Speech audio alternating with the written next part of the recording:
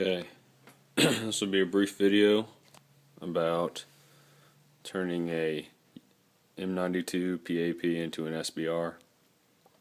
Before I did mine, I was looking for a video like this, just kind of heads up on what I was about to get into. I couldn't find it, so it's just a short version of that. First things first, you're going to have to disassemble it, of course. Take out the old trunnion. Just drill out the rivets. Pull it out of there. Putting in the new trunnion, you're going to have to come up with a way of putting the new rivets in. The jaw clamps that go on the bolt cutters, I think you can find those online. I think they're made by Toth Tool or something like that. I wish I would have had those, but I didn't want to spend the extra money. So I did the old caveman style of the air hammer riveting tool. Just made this, the grinder and a drill bit, and a little block to set in between the rivets on the inside so it has something to push against.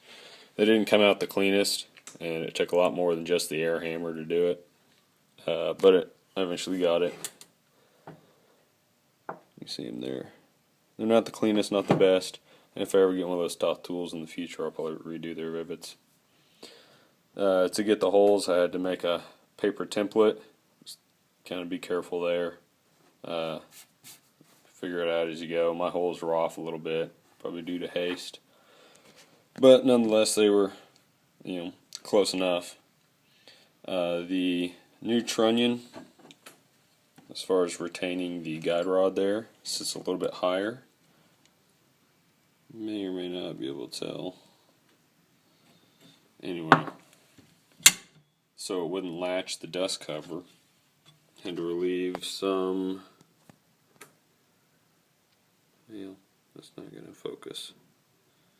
Had to relieve a little bit of material on the bottom of this latch right here, just so it would click into the dust cover, because the trunnion does sit up higher. And then just a little bit of filing and it's no big deal. I wanted mine to look more like a traditional Krinkov or Suchka, so I got the booster here, and I didn't want to buy the fancy retaining pin. As you can see, you can still see through that. All the pieces aren't in there. So I cut off the end of a drifter punch. It was the right diameter. Put it in there with the spring out of a ballpoint pen, and it works perfectly fine. It's not going anywhere. Just kind of put a little bit of stain and polyurethane on those. The folding stock is wrapped in paracord, just preference, just because of the way it looked. It really didn't serve any purpose. Makes it softer on the cheek, I guess. The traditional sling really doesn't serve any purpose at all. One second.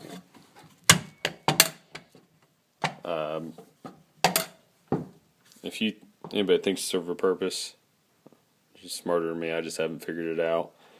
So I just made it tight on here because of the sling points are on opposite sides, so it just makes it kind of awkward, except for when it's folded. Then you can carry it fairly comfortably when the stock is folded. Stand by.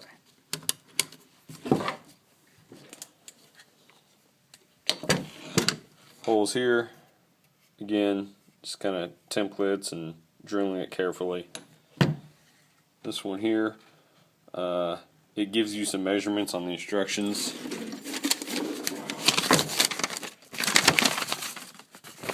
When I bought the stock folding kit, it came with some instructions and measurements and whatnot.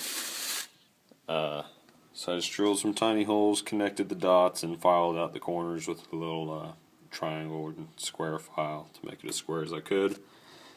Got the latch in there, works just fine. Holds it, everything's in the right place. I replaced the factory grip with a more traditional looking grip. Other than that, it's nothing outstanding. Just kind of a heads up on what you might be getting into. Some of the magazines, the two magazines that came with it didn't fit right, so I had to relieve the latch on the back of the magazine.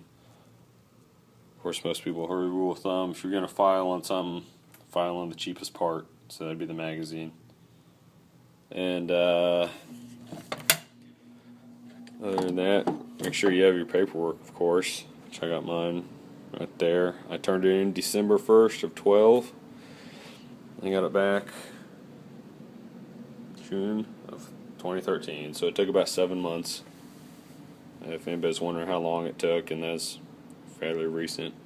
This one had, through the process, it got kind of scratched up, dinged up, sanded in different places, so I did refinish it just in black. Nothing special. It shoots well. Haven't had a malfunction with it yet, and I can't attest to the accuracy. I really haven't sat down on a bench with it yet and tried to dial it in, but it's a lot of fun to shoot. And that is just kind of a heads up on what you might be getting into. It's not difficult. I did it. Most anybody can do it, so don't let anybody discourage you and say that you need to take it to a gunsmith. And that's about it. Bye.